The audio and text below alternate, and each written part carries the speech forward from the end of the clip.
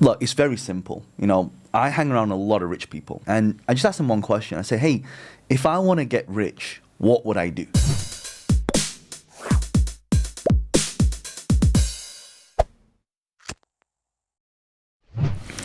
Okay, today we have internationally renowned entrepreneur, investor, and speaker John Lee here with me today. Glad to have you on our very first podcast. It's such an honor, such an honor. Ching, we've known each other for many years, and the crew here as well. So it's my honor to really share some of the insights of how we can really start businesses, grow businesses, and create more success in our life. Yeah, excellent. And we are kicking off this session, with John Lee because he's a powerhouse when it comes to the speaking industry, but not only that, when it comes to the entrepreneurship circles, the investment circles, he is a well-known name and brand in the industry. And he's a self-made millionaire at the age of 27. He started off with a real estate, businesses, and right now he's very much into tech-based businesses, including Web 3.0. That means blockchain, crypto, and perhaps maybe AI as well. I'm sure you're into AI as well, right? Because John Lee is constantly on the cutting edge when it comes to hopping onto the latest trends, and that is why people come to him, be it celebrities, athletes, CEOs come to him for his mentorship and guidance to grow and break through to the next level in their business, in their careers, in their lives. And he is the author of Business Hack, and he shared the stage with internationally renowned figures, including Bill Clinton, Sir Richard Branson, Lord Alan Sugar, and Damon John, just to name a few. So and he's been featured in major publications such as Forbes, The Wall Street Journal. And this one piqued my interest. He was even awarded Man of the Year in 2017 by the Global Women magazine. And there's no surprise why he was awarded that. And if you check out his social media followings at what's your handle, John Lee Official? Yeah, John. Yeah. Yeah, John Lee Official, you will see that he has millions of followers across Facebook, and then he was very big in Clubhouse. And right now, I see him hopping onto Threads as well. We'll definitely be talking about Threads, Twitter, right now known as X, in this segment. So let's begin. Right. So my very first question to you is that being a self-made millionaire, right, at the age of 27, how did you do it? What drove you to make that happen? First of all, I think I should have you on all my events and on my podcast, because that introduction was incredible. So I appreciate the really kind words. Look, it's very simple. I hang around a lot of rich people. I hang around a lot of people who make a lot of money. And I just ask them one question. I say, hey, if I want to get rich, what would I do? And it's very simple. They just say you need to buy assets, because assets appreciate. So you asked me, how did I make my first million? I'm not that clever. I didn't do good at school. I didn't get good grades. So I worked in my mum's takeaways as a dishwasher in my mum's Chinese takeaway. So then I thought to myself, well, what's the fastest way to make money? And I look at all the people around who make the most money. And if you take the Forbes list and you look at all the rich people in the Forbes list, they have some kind of assets, real estate. Of course, now with Web3, you have digital assets. We'll talk about it a little bit later. But back then, coming 20 years ago, all I knew how to do was, if I can buy a house and I can sell that house and I can make because my salary was £36,000. I was a computer animator. So what I did is I started to find out what are some of the things that people are doing, and how can what's the fastest way I can make £36,000? And of course, I heard a podcast and it said you need to buy and sell property. So then I bought my first property, and the market value of that was actually around 185,000, but I managed to buy the property for 100,000, so 85,000, but I sold it for 185,000. So I made 100,000 like that, and I thought, oh my God, like, why would you work a whole year in a job if you can just buy one property, sell it, and make 3 years worth of income? And so that gave me a lot of breathing space to be able to, I guess, explore the entrepreneurial world. And I think many people who are brand new in investing, or especially real estate investing, they may think that, oh, is it very complicated? It's like you make it sound so easy, right? Just 100 grand in your pockets, just like that. But when it comes to the process and making the deal happens, is it as easy as you put it out? One thing people ask me, what have I learned in 20 years? And yeah, you can talk about marketing, you can talk about branding, you can talk about business, but let me give you the one most important thing is your network. It's not who you know, but it's who knows you. And so it only takes one relationship and one deal for someone to, like, because people listen to this podcast right now, they go, well, John, like, you just kind of, skirted on how you did that, but what are the mechanics of it? So I'll give you the mechanics. So I was sat in an event, and this is what I love about what iSummit's doing and all the incredible work they're doing out there to really educate entrepreneurs, is I was sat in a seminar and I was listening to a guy called Ranjan Bhattacharya. And he said that because I had this objection that you need to have a lot of money to make money. You've probably heard that saying before. You need money to make money. No, that's not true. You need contacts to make money, right? You need to know the right people. So I remember sitting there next to a lady, her name was Julie McDade, and I heard him speaking on the stage, and he was like, if you want to make money, you have to find the deals. And I said, well, how do you find the deals? And one of the things he said, you need to ask people, right? I was like, come on, it can't be that easy. So she was sat next to me, and I said, Julia, do you have any deals? And it turns out she actually was somebody who was getting a lot of deal flow. And so I said to her, well, look, I'm based in Guildford and you're based in Brighton. And if you get anything in Guildford, I will take it. And if I get anything in Brighton, I will give it to you. So that's what we call a win-win deal. So it's really important that when you want to make money, you have to help other people make money first. It's what we call a win-win. So 2 weeks later, she calls me, she said, I got a deal it's not in Guildford, but it's near Guildford. It's a place called Aldershot, right? And the deal right now, the person needs to sell because they've got problem tenants in there. So one thing I learned in business, that if you solve issues, you solve problems, you get paid in direct proportion to the amount of problem that you solve. You solve big problems, you get paid billions, right? You solve space travel, you get paid billions, right? Yep. So that's when I started to realize, oh my God, like, she called me, and I'll never forget this, that deal, I couldn't believe how easy it was to get that deal. I just asked a question, because most people are very fearful to ask the question. I said, look, your house is worth 185,000. All I can give you right now is 8, and I didn't even have 85,000. Right? I thought, what? It doesn't matter if she says, she's probably going to say no anyway. So I said, Julia, and we're sat in the car, and I say to her, look, based on the value of property, we can only offer you 85,000. And the phone went quiet. And what felt like an eternity was probably 2 or 3 minutes of silence. And then all I heard after about 2 or 3 minutes was, okay.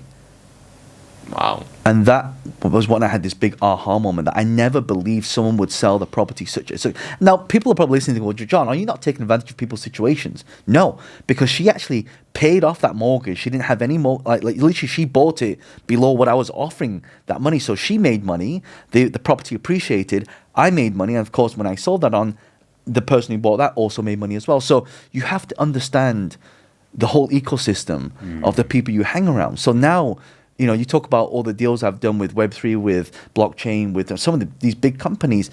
It only took me being on Clubhouse to be able to access all the VCs and access all the people in Silicon Valley that was able to then get contact with me, and that's how these deals happen. So for people listening to this, actually, you don't have to be the smartest person in your company. You just have to know the right people. Yeah, and knowing the right people.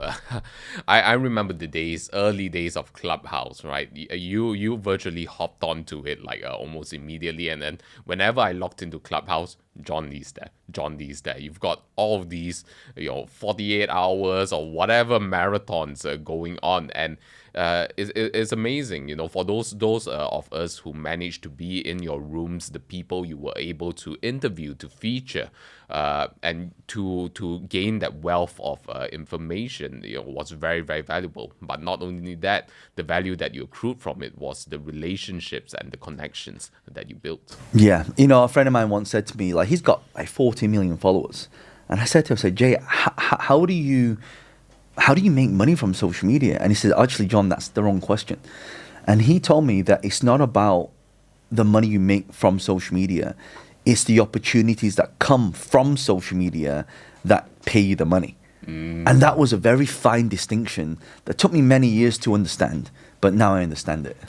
Yeah, and I think as an entrepreneurs out there, I think we all know that we need to be on social media, right? We need to be on social media, but I find that most entrepreneurs face that fear. Right, it's like, oh, I have to be perfect on social media. What should I post? What shouldn't I post? Did you face anything like that when you first started off in the social media landscape? And if you did, how did you overcome it? Well, first of all, now with today's technology of AI, you don't even need to be, a face on camera. A lot of people now are creating what we call AI avatars. So you probably heard of this big influencer. She's got like less than 50,000 followers right now, but she's an AI generated image, and now she's basically getting paid to advertise stuff, and it's not even a real person.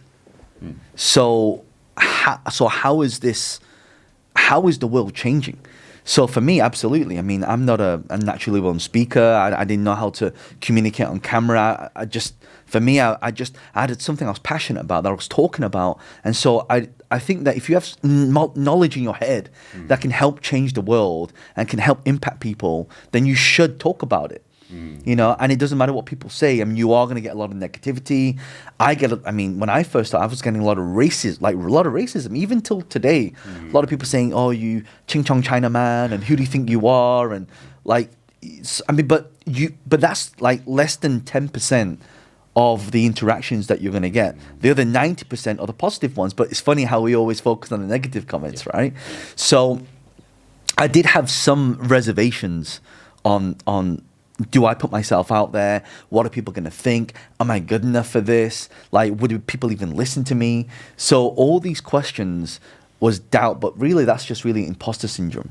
What I believe is if you're just a little bit further ahead than somebody else and that person can learn from you, then you should do it. Excellent. Yeah. So, it's, even as a self-made millionaire, I think people would look at you and be like, of course it would be easy for you. You're a self-made millionaire. You've got this background, network, and connections. Of course it'll be easy for you. But I think that goes to show that even when you're at that stage, you still have doubts and fears, but you overcome it anyway. Right? Yeah. And one thing you shared was, you feel that it's your duty to be able to share your message to the world, right? To help the next person up. So maybe you could share with us a little bit more about your own journey into the speaking industry, and how is it that, from years ago, right? What were the struggles that you faced, to be able to come to where you are today, to reach out hundreds of thousands to millions of people all around the world? So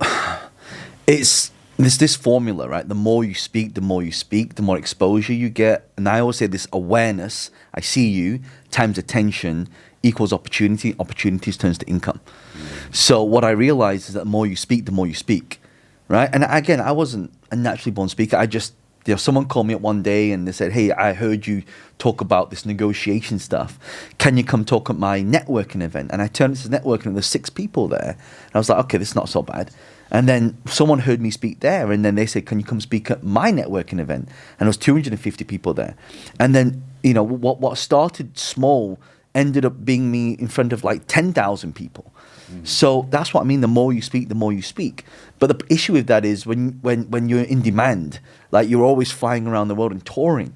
So now it's finding the hybrid of that and how that works. So if anyone has the opportunity to actually talk about the things that you do, I mean, it would be very interesting to be a direct correlation that the more I speak, the more incoming calls your business gets, the more DMs you get. Like if I speak in front of 10,000 people, like how many people would then message me on Instagram or taking pictures, and they'll tag you in the post saying, oh, John, I heard you speak, and one thing you talked about was great, and I need some advice on that. So all these opportunities that come from speaking is a big difference between not speaking and speaking.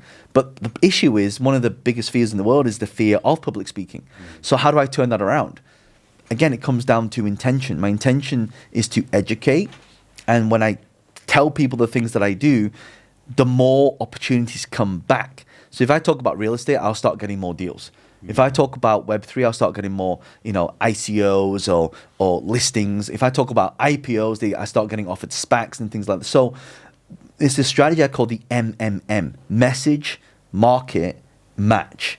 So when we're able to put three together, whatever you talk about, you start attracting into your life. And that's why this whole career of spanning over 20 years of speaking in front of thousands of people on stage and millions of people online, it creates that momentum for business to grow.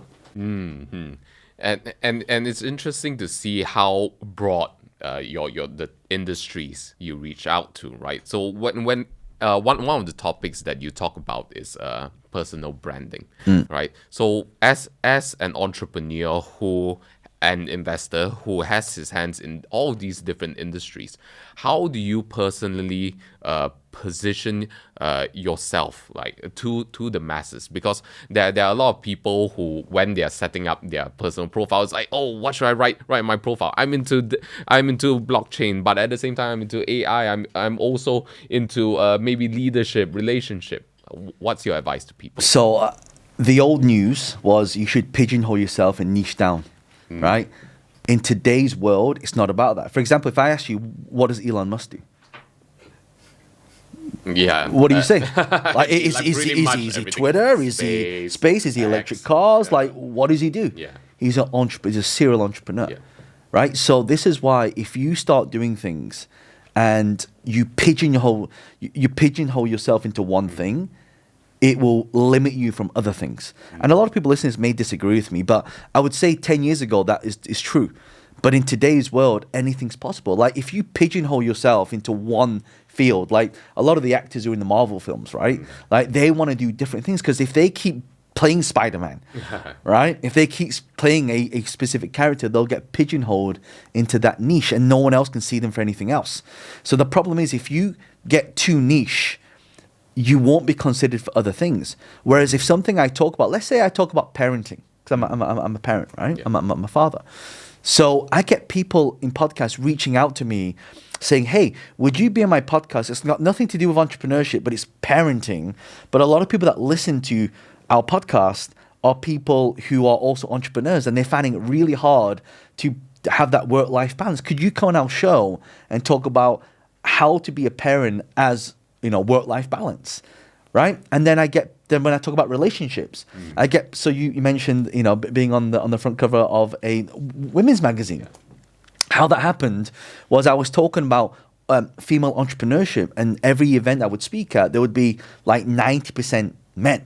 And I said, well, where are all the women? Like women also need to have a voice out there. So when I would talk about that, I would get more women reaching out to me and saying, hey, could you do this? But if I just talk about one thing, you get pigeonholed in it. If I just talk about, so it's interesting.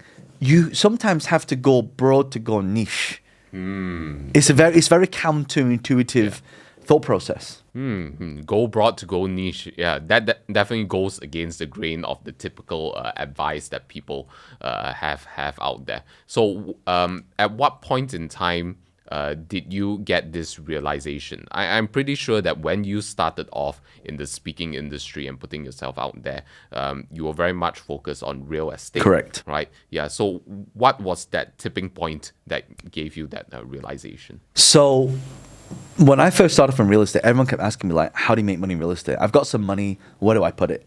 And I would just keep talking about that. And yes, I created a multi-million-pound property portfolio. I did very well from property and still do. But the issue is, I'm not broad. To be frank, I got really bored. I got bored with it. I was like, God, it's so easy to make money in real estate. Buy low, sell low, use OPM, other people's money, and then find the deal, and the deal will find you. That's it. Those are basically the three processes if you want to make money in real estate. But I got so, I guess, involved in this whole industry that I knew it back to front, and it wasn't challenging for me anymore. So for me, as one of the reasons why I like to dip my finger in a lot of different pies is because it broadens my horizon. It broadens my knowledge. I have to grow as an entrepreneur because your business can only grow to, or your wealth and your business can only grow to as big as you can grow. So when I started, advising companies as well, they're all different companies in different fields. And so it forces me to be able to think in a way that gets to the profit center straight away. Right? So I can look at any business now, and within 5 minutes, I can say, okay, do this, this, this, and this, and they'll make more money. Right? Because I had so much, 20 years of experience doing this. And it may not sound like a long time, and of course, I still have more to learn. But because I can see lots of different holes in different industries, I can see that, oh, well, if you do this, if you just change that, it's what I call the quantum paradox. Right? The quantum is little things that you shift that make a massive difference. And so from working with lots of different companies in different fields, I'm able to see those little points that I can just push and it just 10x's it. Yeah. And there's this saying where people usually say, you've got to focus on your strengths, right? And it's interesting, when you focus on your strengths in real estate, it came to a point where it was second nature to you, and then you became bored from it. Yeah. But I think what's interesting is that how you shared, there are principles in business that cuts across all of these different industries, where it allows you the flexibility to explore something new, but at the same time still maintain the integrity of the strengths that you already possess, right? And so when it comes to being able to monetize your strengths, what's your advice to people out there? What's the easiest way to be able to tap into that? Okay, I'm going to say this again, it's a bit controversial, but people always say you should focus on one thing, right? I disagree. Like instead of spending, say 15 years building one company, I'd rather spend 15 years building 100 companies. So then how do you build 100 companies? See, the problem with entrepreneurship, people want to be in the business, right? And they want to work in the business. The problem when you're working in the business, your focus is taken from other things, which means that you now have what we call opportunity cost, right? Or the cost, or what I call the COI, which stands for the cost of inaction. So if I'm focused on one thing here, I can't take this opportunity over here. So that means, yes, you might be making money here, but actually the goal is not to be in the business. The goal is to be on many businesses. So how does this work? So a lot of people message me and I'll say, hey, John, I got a company. And I have a very strict criteria. And they'll say, can you be my mentor? Can you be my coach? And I'll just ask them a few questions. How much is the company making? How long has it been running for? How big is your database? What's your brand? Who are your partners? Basically, I've got a list of questions that I ask, and based on those questions, and now I use AI to do that now, right? So you answer a list of questions, and it'll give you a score. So if you score above 80, then we have a meeting. If you score below 80, then you need to do certain things to get to that. So I've automated that whole process.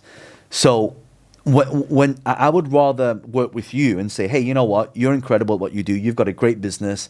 Let me advise you. Let me advise you. This is my fee.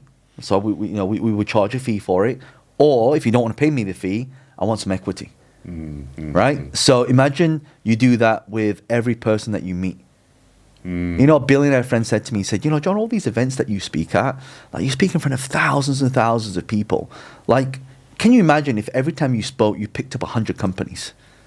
And that's why he's a billionaire, right? Yeah. So I'm focusing on, just getting paid my speaker fee, right? Yeah. Right? Yeah, I am getting 6 figures for a speaker fee. Yeah, wow, big deal, right? But actually, if I waive my speaker fee now and I say, you know what? I take 100 companies from this audience, and if each one of these companies just does $1 million, it's 100 million.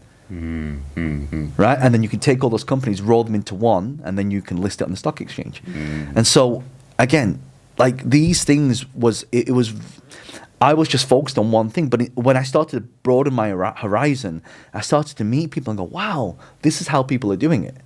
And so this is why you need to hang around great people, hang around people who are smarter than you, so you can play a bigger game.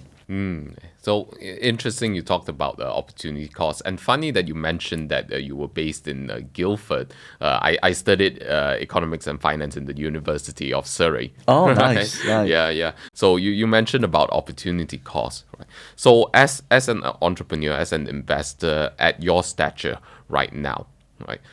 How do you balance your time, or how do you decide on where to invest your time, right? Because you are investing your time on all these social media platforms, on speaking gigs. How do you decide on, okay, how much time I'm going to invest in each area? So I use something called time compounding, right? So the concept of compounding is you do one thing, but it multiplies into multiple things over time. So if someone says to me, okay, fly to Singapore from London, it's going to take you 14 hours to fly, do a speech, right? Okay, so I'll look at the opportunity and I'll go, it's going to take me 14 hours to do that. So within that 14-hour flight, I always only take the airlines that have got good internet, right? So I can do the meetings throughout that. So that 14-hour journey it just seems like a working day for me, okay? So that's that. And then when I land there, okay, am I just going to do a speech? No. If I'm just going there for a speech, I'm not doing it, right? I don't care how much money you pay. I'm not doing it, right? Because times it's more important, because every second that you give, every hour that you can't get back ever again. That's why I love doing podcasts, because this will live on for years and years and years and years. Like, your message will live on for years, right? And it can impact millions of people. So when I fly there, okay, can I have a family vacation at the same time? Right? So yeah, okay. And does it revolve around, the summer holidays where, your kids are, okay, so if that's the case, okay, good. I can take my family with me. Because you know what, I used to, in the earlier days as a father, you would do all this traveling, you would come back and your kids would grow like an inch taller, an inch taller, and you don't want to miss those inches. You'll never get those inches back again. So I'm like, okay, can I bring my whole family with me? If the answer is yes, okay, that's definite, right? Because then, like, if my family is there, it doesn't matter. Then I can speak at all these things. I can do all, and then can I put media interviews in there, right? And then I'll call my friends and say, who in this country should I be having meetings with? Right? And I'll get them to set the introductions up, and then, we'll be on a WhatsApp, and I'll set those meetings up as well. Right? So I'm not just going there for one thing. So my time gets compounded because I'm able to do multiple things at the same time. So that's why when I'm looking to spend time, I'm like, okay, what portfolio companies, what targets are there out there that I could potentially acquire? Right? Who do I want to have meetings with? Who's got something with an ecosystem? So I'm always thinking about, and of course there's leisure as well. Yeah. Right? Who are my friends out there that I haven't connected with, for a little while now, I want to hang out with, have some nice chicken rice with, for example, So for me, it's the most important question when I'm giving time is, do I like doing it? And is it going to be fun? And if the answer is yes, then more likely, then I will do it. Okay, yeah. And, you mentioned that family is very important to you, right? How has becoming a father changed you as an entrepreneur and as an investor? It's interesting because kids, they learn so fast. Like my daughter sees me presenting a lot on camera. She sees my YouTube channels. So like, she's mimicking what I'm doing. She's like, doing, hi guys, today this is my unicorn, and so thanks for watching, bye. Like, she'll do, like, I'm like, well, where did you get that from? And now she's performing, she's singing, and it's amazing to see what we do actually is a direct reflection of who you are.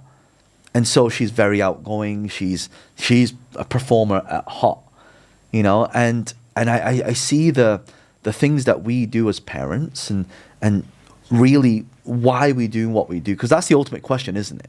I see a big change in the market now. A lot of people in the past would like, I want to build $1 billion company, and I want to work, I want to hustle hard. But actually, I see a change since what happened with the whole pandemic situation, and then you had the Great Resignation, and now we have the growth and the I guess big distribution of digital entrepreneurs now. Right? So people actually don't want to work in a job that's paying them $1 million. They'd rather take 100 grand and have all the time and flexibility. There's this quote that I saw that, the average person spends the money on Netflix, right? Rich people will spend the money on fast cars and watches and things like that. But, the wise spend the money on freedom. And I thought, wow, that's powerful. And so now everything I do, like I want to have complete freedom in what I do. I want to have that flexibility to do what I want to do when I want, because that ultimately is true freedom. So now it's not about, buying, the luxuries now. Your ultimate luxury is your time and freedom to do what you want, whenever you want, without anyone having any say. Yeah, so ultimate freedom is to do what you want, when you want, with whoever you want, right? And that's ultimately like if I said to you, okay, how much would you sell a year of your life for? Wow. Like what price would you put? Like let's say you live to 100, right? And I buy a year of life from you. Would you sell a year of your life? Oh, no, I wouldn't. Right? Yeah. But yet people are living life like that, right? They are trading time for money. They're doing the things they don't want to do. They are in a position now where they are not really, they're just existing. They're not really living, right? And that's really what freedom is about, right? I want to do the things I want to do when I want to do them, with whoever I want to do them with. That is ultimate freedom. So actually, instead of people wanting to buy Lamborghinis and things, and that, by the way, there's nothing wrong with that. I buy that kind of stuff, but I use passive income to do that.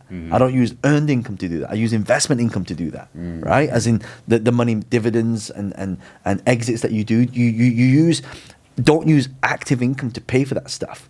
Use your passive income of investment income that is created from your investments to create and buy that stuff. Yeah. So and you mentioned about leaving the lessons, right, to your daughter, be it through your book and right now with AI as well.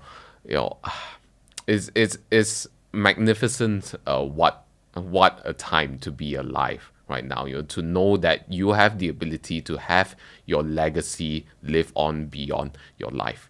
And I think an interesting question would be, with the body of knowledge that you have built throughout decades, right? It's all recorded in text, in your interviews, in your speaking engagements, and you're going to upload it into AI to clone yourself. Yeah. Would you allow the possibility of that AI to continue its personal learning and growth while maintaining your mannerisms? Absolutely. Wow. Beyond your lifetime. Yes. This is like, when we talk about legacy, what really is legacy? It's leaving behind a part of you that doesn't get forgotten. That's why I write books. That's why I love to do these interviews. That's why I love to speak. But the ultimate key of that is, what message are you trying to give out to people? What are you trying to, what advice, like if you go back 20 years and speak to your 10-year-old self, or your 20-year-old self, or your 5-year-old self, what advice would you give that? And so imagine having this knowledge that will evolve, and it will keep evolving.